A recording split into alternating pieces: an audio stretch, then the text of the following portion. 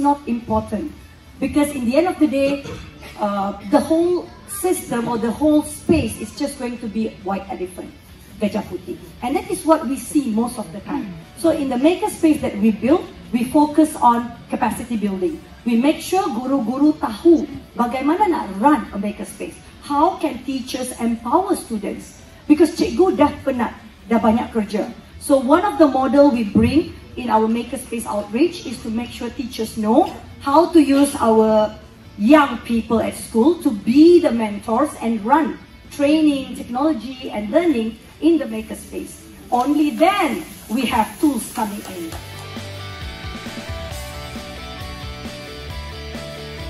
Your heart. So as a new teacher, it's very in a lot of trouble. I just have to look at my students and I get back all that energy booster I wanted. So to be able to do more. Yeah, there's another one. Anutra, Sutitra Cikgu Anutra berkongsi. Very happy that Cikgu Go also will be with us. Right, we go one thing. Yeah, hi Cikgu Go. Alright. So what I think what I can say is, jika Sabah boleh, takkan negeri lain tak boleh. Kan? So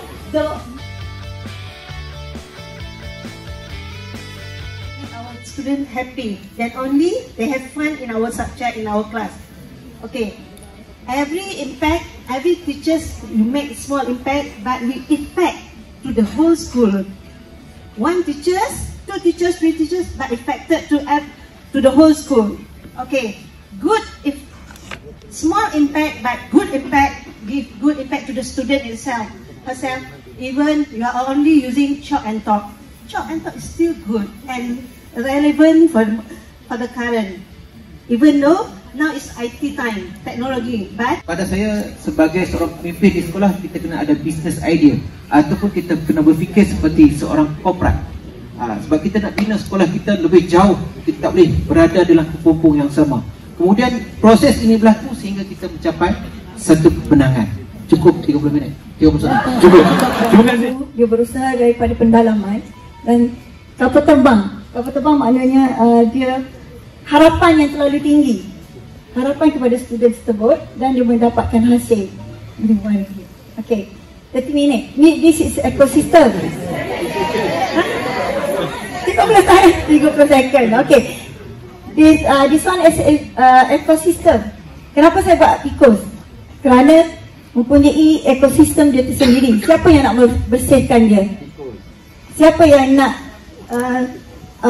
menyelesaikan masalah tikus tersebut? Jadi kita sebagai seorang guru, kita kena hapuskan semua ini untuk membersihkan segala apa yang berada di dalam pendidikan kita. Okay? Okay, this one 30 saat. Okay, sekejap. Okay, yang seterusnya adalah pendidikan itu hendaklah daripada hati kepada muridnya. Kita kena melihat dengan mata hati. So it's mata dan tak kiralah pendalaman ataupun bandar. Semua kita kena bagi sama rata. Dan seterusnya adalah percakapan. Bagi meaningful kepada dia. Bagi sesuatu yang menarik pada dia, warna-warni dalam kehidupan dia. Dan ini dengan serta ni yang seasal kita mencari sesuatu yang terbaik untuk pelajar. Saya nampak semangat daripada guru-guru saya memberi saya juga semangat. And yes, daripada ilustrasi kita nampak sini, boleh saya camkan, it takes a village to raise a child, betul? Yes, semuanya harus gembeng tenaga bersama-sama. Jadi apa yang saya dapat summarize di sini ya, daripada Cikgu Nazmi kepada Cikgu Anutra kepada teacher Asai kita. Cikgu Anutra kata kolaborasi adalah segala-galanya bila kita gembeng tenaga sama-sama. Bagaimana? Cikgu Nazmi says look beyond your experience. Bagaimana? Cikgu Asai kata sentiasa keep in touch with current trend. Bagaimana? Semuanya kita boleh sasarkan dengan satu pelantar, iaitu media sosial. Betul cikgu? Nak tak nak, saya sendiri larang anak saya media sosial. Saya larang ya, kerana saya tahu 14 tahun baru boleh ada TikTok kan. Cikgu tahu tak? Tahu kan? Jadi kadang-kadang kita tutup satu mata kerana kita tahu ada student kita yang ada yang lebih muda dan sebagainya. Tapi kita boleh masih pusingkan kepada sesuatu yang positif. Jadi untuk saya dah janji tak nangis, tapi saya berlinang sikit kerana cikgu saya punya pasal. Cikgu Asai cerita pasal Ashraf kita yang kini disayangi. I was bullied in primary school. So saya tak tahu siapa yang pernah jadi mangsa bully di sini. Kalau dah jadi cikgu janganlah bully student pula. Tapi you don't know, for those who are unfamiliar, kata mungkin kita handle cases bullying ni, it's very damaging. Kalau dari awal dia akan kekal dengan kita sampai kita tua tau. And so for a teacher to use social media untuk memberikan semangat kepada seorang pelajar to of course elevate himself, tidak lagi dibuli di sekolah, I cannot imagine this would happen in this day. So Cikgu Asai, thank you so much. Dan saya harap cikgu-cikgu kat sini semua kita gunalah.